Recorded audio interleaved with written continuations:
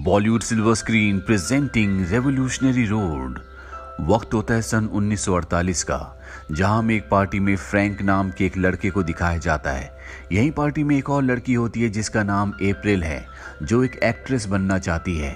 और जब ये एक दूसरे से मिलते हैं तो पहली नज़र में एक दूसरे को पसंद कर लेते हैं। जहां एक तरफ अप्रैल एक्ट्रेस बनना चाहती है, वहीं फ्रैंक भी अपनी जॉब से परेशान होता है। कुछ वक्त बीतता है और ये दोनों शादी कर लेते हैं और अब इनके 2 बच्चे भी हैं। फ्रैंक अपने परिवार और अपने दोनों बच्चों के साथ रेवोल्यूशनरी रोड मकान नंबर 115 में रहता है।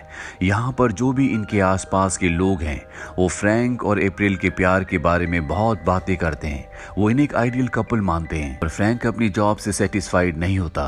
वो एक कंपनी में सेल्स डिपार्टमेंट में है। ये वही कंपनी है जहां उसके पिता ने 20 सालों तक काम किया था, लेकिन वो जानता है कि उसे अपने परिवार को चलाने के लिए अपने सपनों को, अपनी इच्छाओं को, कंफर्ट को भूलकर इस जॉब को करना होगा। वहीं अप्रैल जो कभी एक्ट्रेस बनना चाहती थी, अब उसके सपने भी खत्म हो चुके हैं। उसका परिवार ही उसका सपना है। वो हमेशा अपने परिवार के बारे में सोचती है। हालांकि फ्रैंक अपनी प्रोफेशनल लाइफ से सेटिस्फाइड नहीं है, लेकिन वो अपनी फैमिली लाइफ से सेटिस्फाइड है। यहाँ पर सब इनके बारे में बात करते हैं, इनकी लव स्टोरी के बारे में बात करते हैं। एक दिन इनके पास में रहने वाली एक लेडी इनके घर पर आती है और कहती है कि मैं अपने बेटे जॉन को आपके पास लाना चाहती हूँ। वो अभी अभी मेंटल असाइलम से आया है, अब वो पूरी तरह से ठीक है। मुझे लगता है कि अगर वो आपसे बात करेगा तो उसे अच्छा लगेगा। अप्रैल उन्हें हाँ कह देती है। सबको लगता है कि इनकी जिंदगी में खुशियों के अलावा कुछ नहीं है, लेकिन ऐसा नहीं होता। अप्रैल हमेशा एक्ट्रेस बनना चाहती थी और अब उसका सपना पूरी तरह से खत्म हो चुका है और इस बात का दुख उसके दिल में हमेशा रहता है। कभी कभी अप्रैल और फ्रैंक के बीच में आर्ग्यूमेंट्स हो जाते हैं, लड़ाई झगड़ा हो जाता है, लेकिन शाम होते होते ये दोनों एक दूसरे के करीब आ जाते हैं, क्योंकि इन्हें पता है कि ये हस्बैंड वाइफ है, इनके 2 बच्चे हैं, इनका एक परिवार है और हमेशा इन दोनों को साथ रहना है। बेसिकली इन दोनों के जीवन में जो सबसे बड़े तनाव की वजह है वो इनका करियर है। जहां फ्रैंक एक तरफ अपनी जॉब को पसंद नहीं करता, वहीं अप्रैल के दिमाग में ये होता है कि वो एक्ट्रेस बन सकती थी, लेकिन वो एक्ट्रेस नहीं बन पाई। एक सुबह इन दोनों के बीच में बहुत लड़ाई होती है और फ्रैंक ऑफिस चला जाता है। दरअसल आज उसका बर्थडे है। फ्रैंक की जो सेक्रेटरी होती है वो उसके पास आती है। इसके बाद ये दोनों एक बार में जाते हैं जहाँ पर ये फ्रैंक का बर्थडे सेलिब्रेट करते हैं और बर्थडे सेलिब्रेट करने के बाद ये दोनों के दोनों फ्रैंक की सेक्रेटरी के घर जाते हैं और यहाँ इन दोनों के बीच में बहुत नज़दीकियाँ आ जाती है और इस तरह से इन दोनों का अफेयर शुरू हो जाता है। देर रात को फ्रैंक जब अपने घर पर पहुंचता है तो अप्रैल उसे कहती है कि तुम्हें बाहर ही कुछ देर इंतजार करना होगा। और जब कुछ देर इंतजार करने के बाद अप्रैल उसे अंदर बुलाती है तो फ्रैंक देखता है कि वहां पर उसके दोनों बच्चे उठे हुए हैं। इन तीनों ने मिलकर उसकी बर्थडे पार्टी के लिए पूरा अरेंजमेंट किया होता है, जो देखकर फ्रैंक को बहुत खुशी होती है। उसकी पत्नी और उसके दोनों बच्चे उसके लिए बर्थडे सॉन्ग भी गाते हैं। अब जब उनके बच्चे सो जाते हैं तो फ्रैंक की पत्नी अप्रैल उसे कहती है कि हमारी जिंदगी में अब कुछ भी हैपनिंग नहीं रहा, हमें जिंदगी में नई शुरुआत की जरूरत है। इसीलिए मैंने तय किया है कि हम पेरिस शिफ्ट हो जाते हैं।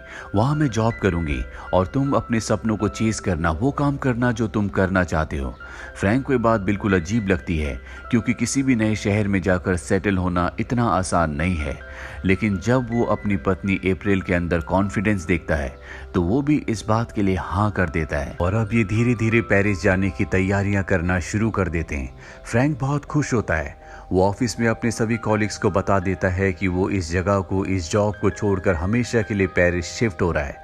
हालांकि उसका मजाक भी उड़ाया जाता है, लेकिन फ्रैंक कभी भी इस शहर में और इस जॉब में हमेशा के लिए नहीं रहना चाहता था। और पेरिस वो जगह है जहां पर उसे लगता है कि वो अपनी चीजों को, अपने सपनों को चेज कर सकता है। वो सभी काम कर सकता है जो करना चाहता था। उसे लगता है कि ये शहर बहुत डेड है, जबकि पेरिस में बहुत ज्यादा एनर्जी है। इसीलिए पेरिस जाने के लिए बहुत खुश होता है। फ्रैंक और अप्रैल अपने सभी नेबर्स को बता देते हैं कि वो यहाँ से हमेशा के लिए पेरिस शिफ्ट होने वाले हैं, लेकिन उनकी बात से कोई भी सहमत नहीं होता।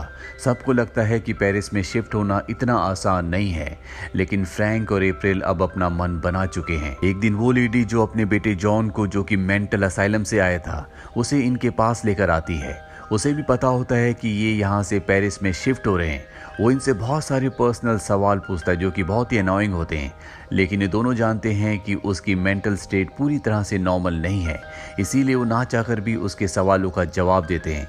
और जॉन इनकी बातों से सहमत होता है।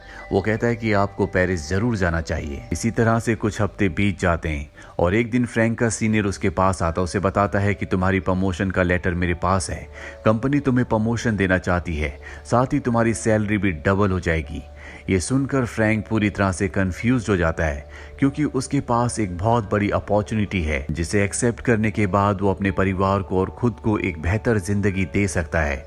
लेकिन अगर उसने ऐसा किया तो पेरिस जाने का हमेशा का जो उसका सपना था वो पूरी तरह से टूट जाएगा। इसीलिए घर आने के बाद वो अप्रैल को पूरी बात बताता है। अप्रैल कहती है कि पैसों के लिए तुम अपने सपनों को नहीं छोड़ सकते, तुम इस जॉब को पसंद नहीं करते, हमें पेरिस जाना चाहिए, तुम्हें अपने सपनों को जीना चाहिए। और उसकी बात से फ्रैंक पूरी तरह से सहमत होता है। और अगली सुबह फ्रैंक को पता चलता है कि अप्रैल पिछले 2 महीनों से प्रेग्नेंट है। ये सुनकर वो पूरी तरह से परेशान हो जाता है। इन दोनों के बीच में आर्गुमेंट्स होते हैं। वो अप्रैल से कहता है कि तुम्हें मुझे पहले बताना चाहिए था। अप्रैल कहती है कि मुझे पता था कि तुम इसी तरह से रिएक्ट करोगे, वैसे भी हमारे 2 बच्चे हैं और दूसरे बच्चे की प्लानिंग हमने इसीलिए की थी ताकि हम एक दूसरे को यकीन दिला सके कि पहला बच्चा हमारी गलती नहीं है, हमें अब और बच्चों की जरूरत नहीं है। इसीलिए मैंने तय किया है कि मैं अपना अबॉर्शन करवा दूंगी, जिसके बाद हम पेरिस जाएंगे और जिंदगी की नई शुरुआत करेंगे। पर यहाँ पर फ्रैंक उसकी बात से इत्तेफाक नहीं रखता। वो कहता है कि हमें अब कहीं जाने की जरूरत नहीं है, हम अपने तीसरे बच्चे को भी इस दुनिया में लाएंगे। पर अप्रैल पेरिस जाकर अपनी जिंदगी की नई शुरुआत करना चाहती है। इन दोनों के बीच में झगड़ा बहुत बढ़ जाता है। फ्रैंक ऑफिस आ जाता है जहां पर वो अपने कॉलीग को बताता है कि अब वो पेरिस नहीं जाएगा। उसका कॉलीग कहता है कि मुझे पहले ही पता था। दरअसल वो उसे एक तरह का तंज कसता है और यहाँ पर फ्रैंक ऑफिस में जो उसे प्रमोशन ऑफर हुआ होता है उसे भी एक्सेप्ट कर लेता है। शाम को फ्रैंक जब घर आता है तो वो देखता है कि जॉन के पेरेंट्स एक बार फिर से जॉन को उसे उसके घर पर लाए होते हैं और यहाँ पर वो सबके सामने अनाउंस करता है कि हम पेरिस नहीं जा रहे। ये सुनने के बाद जॉन फ्रैंक की पत्नी अप्रैल की आंखों में देखता है और समझ जाता है कि ये फैसला अप्रैल का नहीं है, बल्कि जॉन ने खुद इस फैसले को लिया है। इसीलिए फ्रैंक से पूछता है, क्या तुमने इस बारे में अपनी पत्नी से डिस्कस किया था? ये बात सुनकर उसे गुस्सा आ जाता है। वो कहता है कि ये हमारा निजी मामला है, तुम्हें इसमें बोलने का कोई भी अधिकार नहीं है। जिसके बाद इन दोनों के बीच में लड़ाई झगड़ा शुरू हो जाता है। जॉन के पेरेंट्स उसे यहाँ से ले जाते हैं। अप्रैल और फ्रैंक के बीच में भी बहुत आर्गुमेंट्स होते हैं, जिसके बाद बिना किसी सुलह के दोनों सो जाते हैं। अगली शाम को दिखाया जाता है कि अप्रैल अपने नेबर के साथ एक बार में होती है, जहां अप्रैल उसे अपनी शादीशुदा जिंदगी के तनाव के बारे में बताती है। दरअसल सबको यही लगता था कि ये दोनों के दोनों बेस्ट कपल हैं, जबकि हकीकत अब कुछ और ही बन चुकी है। वो ये भी बताती है कि पेरिस के ट्रिप के कैंसिल होने की वजह से मैं अब डिप्रेशन में भी हूँ। ये दोनों के दोनों अब एक दूसरे के साथ बहुत वक्त बिताते हैं और गाड़ी में ये दोनों एक दूसरे के बहुत करीब भी आ जाते हैं। जिसके बाद वो अप्रैल को कहता है कि मैं हमेशा से तुमसे प्यार करता था और मैं चाहता हूँ कि तुम मेरी जिंदगी में शामिल हो जाओ, पर अप्रैल उसे मना कर देती है। फ्रैंक और अप्रैल की जिंदगी में इन दोनों के प्यार में अब पूरी तरह से दरार पड़ चुकी है। फ्रैंक के लिए अब उसके दिल में कोई भी फीलिंग्स नहीं है। अगली सुबह दिखाया जाता है कि फ्रैंक अप्रैल के पास जाता है और उससे माफ़ी मांगता है। वो कहता है कि मैंने तुमसे एक बात छुपाई, मेरी सेक्रेटरी से मेरा अफेयर था, लेकिन वो उसकी इस बात पर कुछ भी रिएक्ट नहीं करती। वो कहती है कि मुझे इससे कोई फ़र्क नहीं पड़ता। फ्रैंक ने उसे ये बात इसलिए बताई होती है ताकि ये बात सुनने के बाद उसे ऐसा लगे कि फ्रैंक को अपनी गलतियों का एहसास है और वो उसकी ज़िंदगी में वापस शामिल हो जाए।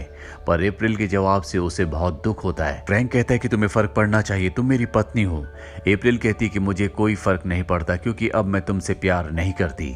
पर फ्रैंक उसकी बात पर विश्वास नहीं करता।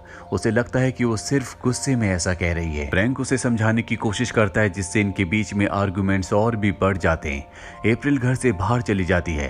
फ्रैंक उसके पीछे जाता है। अप्रैल कहती है कि अगर तुमने मुझे हाथ लगाया तो मैं जोर जोर से चिल्लाना शुरू कर दूंगी। फ्रैंक उसे समझाते समझाते उसे हाथ लगा देता है, जिससे वो चिल्लाना शुरू कर देती है और फ्रैंक को समझ में आ जाता है कि अप्रैल के दिल में उसके लिए कड़वाहट भर चुकी है।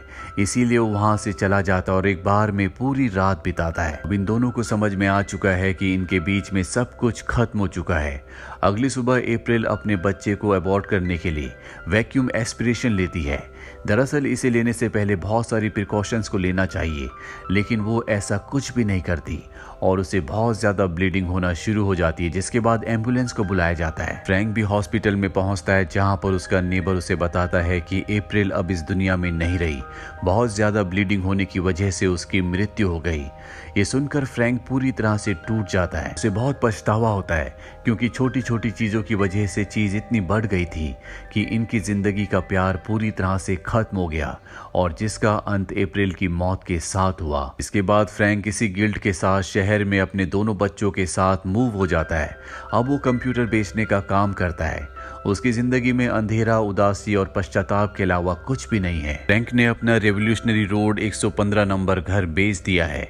अब यहाँ पर एक नया कपल आया है और ये भी फ्रैंक और अप्रैल के बारे में बात कर रहे होते हैं। तभी उनका नेबर वहाँ पर आता है जो अप्रैल से प्यार करता था। वो कहता है कभी भी फ्रैंक और अप्रैल के बारे में बात मत करना, और ये कहकर वहाँ से चला जाता है। अब कुछ साल बीत जाते हैं, जहाँ में जॉन की मॉम को दिखाया जाता है, जो जॉन के डैड को बताती है कि फ्रैंक और अप्रैल के घर पर जो कपल आए हैं वो बहुत ही अच्छे हैं। वो दोनों एक दूसरे से बहुत प्यार करते हैं। वो घर उन्हें बहुत सूट करता है। जॉन के डैड पूछते हैं फ्रैंक और अप्रैल के बारे में क्या, जिसके बाद जॉन की मॉम बताने की कोशिश करती है कि क्यों वो फ्रैंक और अप्रैल को बेस्ट कपल नहीं मानती, क्या उनके बीच में प्रॉब्लम थी। लेकिन शायद जॉन के डैड ये बात नहीं सुनना चाहते, इसीलिए वो अपनी सुनने वाली मशीन को ऑफ कर देते हैं। इस कहानी से हमें समझ में आता है कि दूर से जो चीजें अच्छी दिखती है, ये जरूरी नहीं कि वो अंदर से, नजदीक से भी उतनी ही अच्छी हो। साथ ही हमें ये भी सीखने की जरूरत है कि हमें छोटी छोटी चीजों के चलते अपने रिश्तों को खराब नहीं करना चाहिए। कभी कभी छोटी छोटी चीजें बहुत बढ़ जाती है, इसीलिए कोई भी फैसला करते हुए हमें उन लोगों की सलाह लेनी बहुत जरूरी है जो हमारे अपने हैं, जो उस फैसले से जुड़े हुए हैं। जो लोग ऐसा करते हैं वो जिंदगी में हमेशा खुश रहते हैं, और उनके आसपास वाले लोग भी हमेशा उनसे खुश रहते हैं, उन्हें अप्रिशिएट करते हैं। तो ये थी पूरी कहानी फिल्म रेवोल्यूशनरी रोड की। ये बहुत ही बेहतरीन फिल्म है। ये फिल्म साल 2008 में रिलीज हुई थी। IMDb पर इसकी रेटिंग है 7.3। उम्मीद करते हैं कि ये कहानी आपको पसंद आई होगी।